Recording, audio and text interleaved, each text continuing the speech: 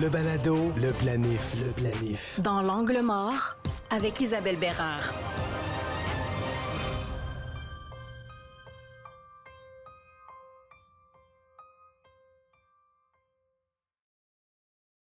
Ça fait un bout de temps, vous le savez, les angles morts en planification financière, il faut certainement les chercher pour éviter les ennuis. Comme par exemple au niveau des assurances. Isabelle, les assurances collectives, ça ne couvre pas tout. Non, ben c'est ça. Souvent, les gens se disent, ben moi, j'ai une assurance collective, donc nécessairement, je suis couvert. C'est une phrase qu'on entend très souvent, puis honnêtement, c'est très compréhensible. Les gens vont rarement lire le contrat d'assurance qui vient avec leur régime collectif. Mais la première chose que les gens vont souvent découvrir trop tard, c'est que leur assurance va offrir beaucoup moins de couverture que ce qu'ils s'imaginaient. Premièrement, c'est vraiment, la définition que l'assureur va donner de qu'est-ce qu'une invalidité ou comment peut-on considérer l'invalidité. Donc l'invalidité, souvent le contrat d'assurance des assurances collectives ne considérera pas une invalidité partielle. Il faut absolument, pour pouvoir recevoir la prestation, avoir une invalidité qui est dite complète ou totale. Si on a une invalidité partielle, disons que on n'est pas capable de faire l'emploi qu'on devrait normalement faire, mais qu'on serait potentiellement capable de faire autre chose, ben l'assureur va parfois refuser de nous payer la prestation, puis va exiger qu'on occupe un autre emploi, même si cet autre emploi-là pourrait ne pas correspondre à nos qualifications ou même être moins payé que ce qu'on reçoit là, normalement. OK. Dans les assurances privées, c'est ce qu'on appelle, je crois, la profession propre, hein, de pouvoir donc être invalide, même si on pourrait faire autre chose. Alors là, évidemment, il faut payer plus cher.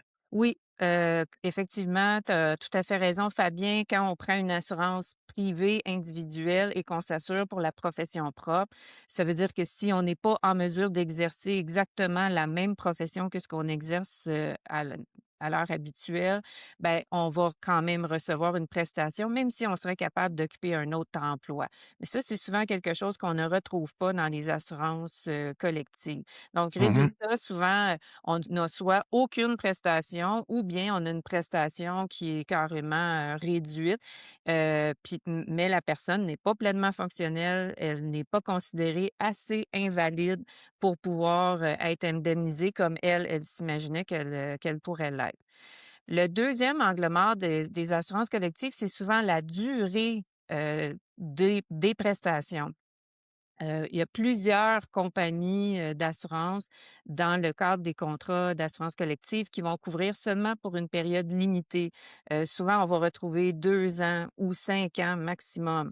Ça veut dire que si quelqu'un a une invalidité long terme, ben, il va seulement recevoir la prestation pendant 2 ans ou 5 ans, puis après ça, il recevra plus rien. Donc, Oh, s'il n'est pas en mesure de retourner en emploi, ben, on comprend que ça devient, extrêmement, difficile. Hem, il y a aussi le plafonnement des prestations. Donc oui, souvent, on va retrouver un pourcentage du salaire. On retrouve souvent là, l'équivalent de 60, 65 ou 70 du salaire, mais parfois, les prestations sont plafonnées à un maximum. Puis pour quelqu'un qui gagne un revenu élevé, bien parfois, le plafond des prestations pourrait représenter seulement 40 ou 50 de son revenu habituel. Donc là aussi, il y a un manque à gagner. On comprend que son mode de vie a probablement peut-être pas changé au niveau de ses dépenses, mais clairement, il y aura peut-être pas suffisamment d'argent avec, les prestations d'assurance invalidité. en Heu, terminant, Isabelle, oui. est-ce que les prestations sont, comme dans le privé, la plupart du temps non imposables? Elles sont non imposables si les primes sont payées par l'employé et elles vont être imposables si les primes sont payées par l'employeur. Donc ça aussi, c'est quelque chose qui est à vérifier. Si c'est notre employeur qui paye la prime d'assurance, on va devoir payer l'impôt sur, les prestations qu'on va recevoir. Ce qu'il faut comprendre, c'est qu'il faut bien évaluer qu'est-ce qu'on a dans notre contrat d'assurance collective, puis parfois, ça peut valoir la peine d'aller chercher une assurance invalidité complémentaire qui va venir compléter celle qu'on a déjà avec notre employeur pour s'assurer au moins de ne pas être mal pris en cas d'invalidité.